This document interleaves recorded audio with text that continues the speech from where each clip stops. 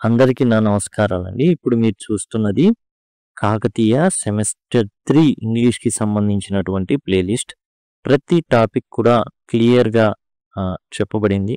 కేవలం ఒక గంటలోనే పూర్తి సిలబస్‌ని మీరు కంప్లీట్ చేసే విధంగా గ్రామర్ యాస్ వెల్ యాస్ పాఠ్యాంశాలు, పోయెమ్ అన్నీ కూడా టెక్నికల్ వొకాబులరీతో సహా ప్రతీదీ కూడా డిస్కస్ చేయబడినటువంటి ప్లేలిస్ట్. సింపుల్‌గా మీరు లింక్ అని గనక కామెంట్ సెక్షన్‌లో నన్ను అడిగినట్లయితే నేను మీకు ప్లేలిస్ట్ లింక్ ప్రొవైడ్ చేయడం జరుగుతుంది. మొబైల్‌లో చూస్తున్నట్లయితే ఐకార్డ్స్ ఇలా వస్తాయి. లేదా చివర్లో మీకు ఎండ్ స్క్రీన్‌లో ఈ విధంగా వస్తే క్లిక్ చేయొచ్చు. లేదా సింపుల్‌గా లింక్ అని కామెంట్ సెక్షన్‌లో అడిగినట్లయితే నేను దీనికి సంబంధించిన పూర్తి ప్లేలిస్ట్‌ని ప్రొవైడ్ చేస్తాను. దాంతో ఒక గంటలోనే మీరు టోటల్ సిలబస్‌ని కంప్లీట్ చేయొచ్చు. ఆల్రెడీ పేపర్ 3 2023 డిసెంబర్ 27న జరిగినటువంటి ప్రశ్నాపత్రం ఇది. దీనికి సంబంధించి prepositions, phrasal verbs as well as యాంటోనిమ్స్‌ని డిస్కస్ చేయడం జరిగింది. ఇప్పుడు మనం కరెక్షన్ ఆఫ్ ది సెంటెన్సెస్‌ని చూద్దాం. కరెక్షన్ ఆఫ్ సెంటెన్సెస్‌లో చూడండి, Sheela is my cousin sister అన్నారు. Correcting the underline part. ఏదైతే పార్ట్ అండర్లైన్ చేశారో వాటిని కరెక్ట్ చేయమని చెప్పడం అయితే జరుగుతుంది. చూడండి, ఇక్కడ Sheela is my cousin sister. చూడండి, కజిన్ సిస్టరా కజిన్ బ్రదరా అవసరం లేదు. షీలా ఈజ్ మై కజిన్ అంటే సరిపోతుంది. ఏం రాయాలంటే ఇక్కడ షీలా ఏదైతే ఉందో Sheela is my cousin, cousin brother ఇలాంటివి అవసరంలా అంటే సరిపోతుంది. ఇక్కడ చూడండి, you he visited the Taj last year. ఇక్కడ చూడండి, ఆర్డర్ ఆఫ్ ప్రొనౌన్స్ ఏదైతే ఉన్నాయో ఆర్డర్ ఆఫ్ ప్రొనౌన్స్లో జరిగిన మిస్టేక్ అనమాట. సెకండ్ పర్సన్ ముందు ఉండాలి, థర్డ్ పర్సన్ తర్వాత అండ్ ఫస్ట్ పర్సన్ ఉండాలి. ఈ ఆర్డర్లో ఉండాలి. 2, 3, 1. 2, 3, 1 అంటే యూ ముందు ఉండాలి. ఆ తర్వాత మనం చూసినట్లయితే హీ అనేది ఉండాలి. ఆ తర్వాత అండ్ ఐ ఇట్లా రావాలి. ఈ ఫార్మాట్లో రావాలి. యూ అనేది ముందు, తర్వాత హీ, తర్వాత ఐ ఇలా ఉండి visited the Taj last year అని పూర్తిగా రాయాలి.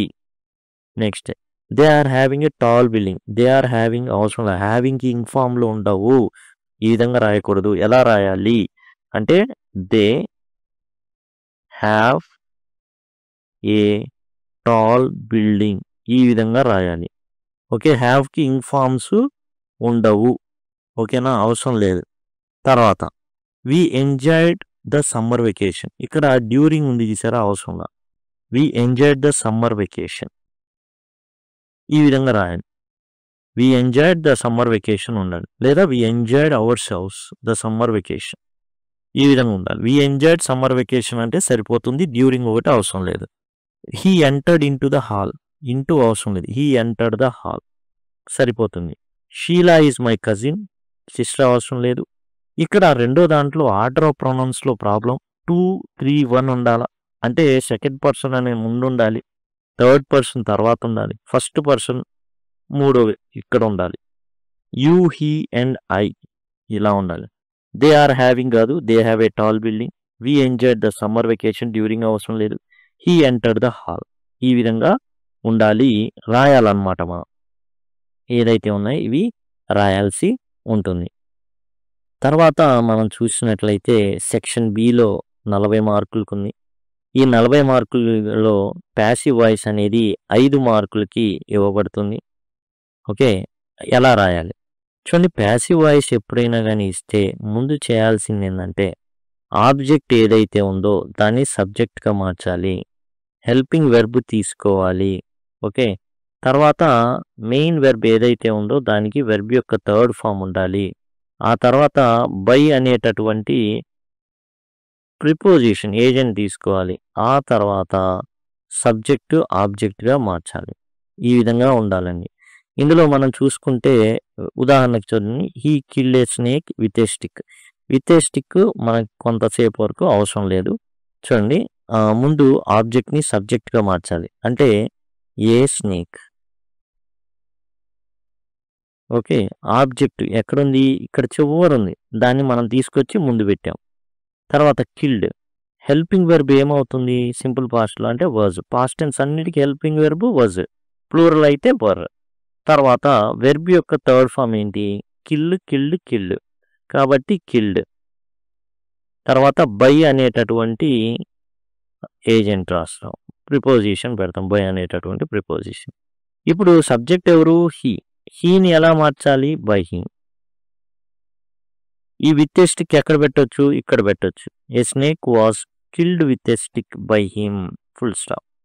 విత్ ఎ స్టిక్ అనేది అదర్ వర్డ్. ఈ అదర్ వర్డ్ని ఇక్కడ killed, a snake was killed with a stick by him, ఆ విధంగా మనం ప్లేస్ చేయాల్సి ఉంటుంది. ఇది ఫార్ములా అన్నమాట. కాబట్టి ఈ విధంగానే మనం రాయాల్సి ఉంటుంది మిగతా ఏవైతే ఉన్నాయో అవన్నీ. అయితే కొన్ని మారుతూ ఉంటాయి. ఇప్పుడు చూడండి, ఇక్కడ మనం చూసినట్లయితే we are looking at the game. Okay, the game అనేది ఆబ్జెక్ట్, సబ్జెక్ట్గా రాయాలి. కాబట్టి ద గేమ్. ఇప్పుడు హెల్పింగ్ వెర్బ్ కావాలి, ఆర్. ఇక్కడ హెల్పింగ్ వెర్బ్, కానీ గేమ్ అనేది సింగులర్ కాబట్టి ఈజ్ రాస్తాం. ఇప్పుడు లుకింగ్లో ఇంగ్ ఫామ్ ఉంది, దాన్ని కూడా తీయాలి, లేకపోతే ఫీల్ అయింది. Is being. ఇప్పుడు వెర్బ్ యొక్క థర్డ్ ఫామ్, ఇదంతా కూడా హెల్పింగ్ వెర్బ్ కిందే. ఓకే, వెర్బ్ ఫ్రేజ్ కింద వస్తాయి helping verb plus main verb అన్నీ కూడా. V3 వచ్చేసి లుక్కి V3 looked. The game is being looked at. Okay, ఎవరి చేత? By us. బై అనే ఏజెంట్ పెడతాం, వి కాస్త ఆబ్జెక్ట్ కాస్త సబ్జెక్ట్ కాస్త ఆబ్జెక్ట్ మారిస్తే us. The game is being looked at by us. ఈ విధంగా మనం అయితే రాయడం అయితే జరుగుతుంది. తర్వాత మనం జాగ్రత్తగా గమనిస్తే చూడండి, ప్లీజ్ క్లోజ్ ద డోర్ అనేది ఉంది. Please close the door. Please close the door అనేది ఇంపరేటివ్ సెంటెన్స్. ఎట్లా అంటే ఇవి మీరు జాగ్రత్తగా గమనించినట్లయితే ఇక్కడ సబ్జెక్ట్ అనేది ఏది లేదు చూడండి. యూ అనేది ఉండాలి కానీ కనబడదు. ఇక్కడ కూడా యూ అనేది, you don't throw books, please close the door. ఇలాంటప్పుడు ఈ ప్లీజ్ అనేదాన్ని పక్కన పెట్టేయాలి. క్లోజ్ ద డోర్, యూ ఉంది కానీ కనబడట్లా. క్లోజ్ ద డోర్ వెర్బ్తో స్టార్ట్ అయినట్టుంది. ఇక్కడ కూడా చూడండి, throw books, don't throw books వెర్బ్తో స్టార్ట్ అయినట్టే ఉంది, హెల్పింగ్ వెర్బ్తో. సబ్జెక్ట్ లేదు చూడండి. ఇలాంటి వాటికి ఏమి ఉండాలంటే లెట్ అనేది రావాలి. ఓకే, లెట్ అనేది ఈ రెండిటికి కూడా లెట్తో స్టార్ట్ అవుతుంది ఈ ప్యాసివ్ వాయిస్ అనేది. ఈ విధంగా లెట్ అనేది వచ్చిన తర్వాత లెట్ అనేది పెట్టేసాం కదా, సబ్జెక్ట్ రాయాలి, ఉన్న సబ్జెక్ట్ రాయాలి. ఇది ఫాలో అవుదండి, ఇక్కడ ఉన్నటువంటి ఏదైతే ఉందో అది కాదు, ఇక్కడ సబ్జెక్ట్ రావాలి. లెట్ తర్వాత ఎలా ఉంటుందంటే లెట్ తర్వాత సబ్జెక్ట్ అనేది వస్తుంది. సబ్జెక్ట్ తర్వాత బీ ఫామ్ రాయాలి, బి అనేదే రాయాలి, తర్వాత V3 రాయాలి. ఇప్పుడు నాట్ ఉందనుకోండి, ఇక్కడ నాట్ అనేది ప్లేస్ అవుతుంది. ఓకే, దీని ప్రకారం రాద్దాం. ఇక్కడ సబ్జెక్ట్ ఏంది? లెట్. డోర్ అనేది సబ్జెక్ట్, అంటే ఉన్నది అదే, ఇక ఉన్నది ఇంకా అదే. Let the door be. Subject అయినా ఆబ్జెక్ట్ అయినా అదే, ఇక వేరేది ఏమి ఉండదు. ఎందుకంటే సబ్జెక్ట్ గాయబు, యూ అనేది లేదు, అందుకని దాన్నే మెయిన్ సబ్జెక్ట్ అంటే మెయిన్ ఇక రాయగలిగేది అదే. లేదా సింపుల్గా ఆబ్జెక్ట్, అది ఇంకా better. Let plus object be plus V3. Let the door be, ఉన్న వెర్బ్ ఏంటి? Close, V3 closed. నెక్స్ట్ ఇక్కడ లెట్ ఉంది, సబ్జెక్ట్ లేదా ఆబ్జెక్ట్ ఏంటి? బుక్స్. తర్వాత ఏంటి? ఆబ్జెక్ట్ తర్వాత not be. Let the books not be. Throw thrown. Let the books not be thrown. ఈ విధంగా let the door be closed and let the books not be thrown. ఈ విధంగా అయితే అవుతుంది ఇది. ఇంకా మిగిలింది ఏంటంటే when do you complete the work.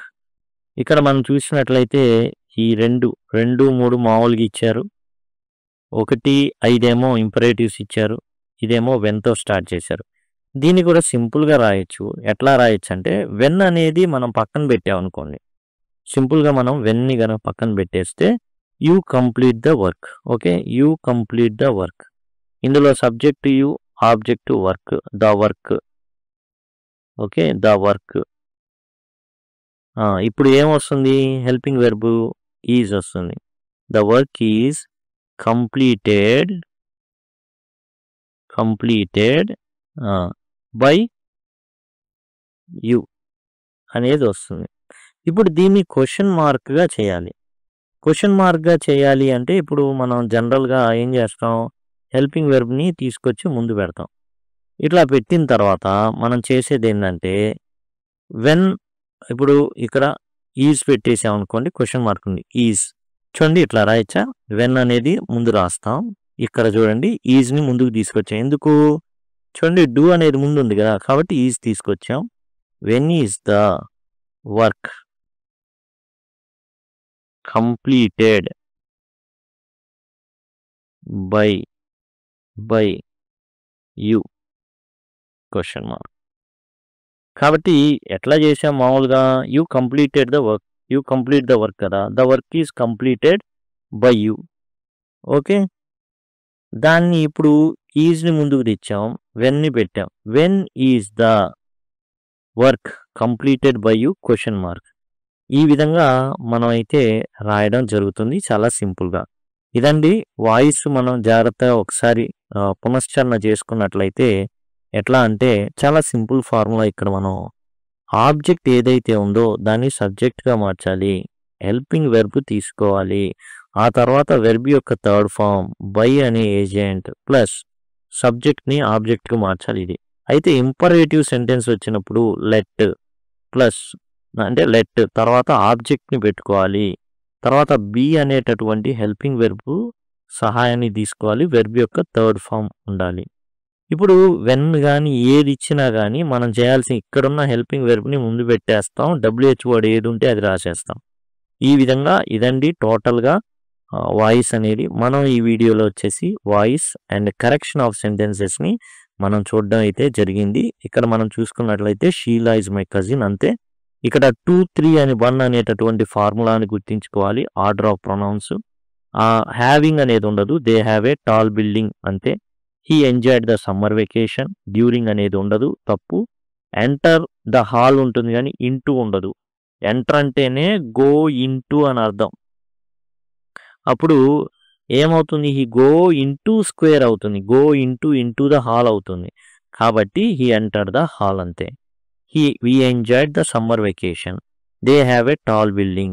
And he and I visited the Taj last year. ఈ విధంగా మనం correction of sentences as well as ఇదే వీడియోలో మనం ఈ యొక్క వాయిస్ని కంప్లీట్ చేయడం జరిగింది. Thanks a lot. మీకు కనుక పూర్తిగా 1 అవర్లో ఈజీగా కంప్లీట్ చేసే విధంగా కావాలంటే లింక్ అని కామెంట్ సెక్షన్లో అడిగితే ప్లేలిస్ట్ లింక్ అనేది మీకు ప్రొవైడ్ చేయడం జరుగుతుంది. చాలా చక్కగా ఈజీగా మీరు కంప్లీట్ చేయొచ్చు. Thanks a lot.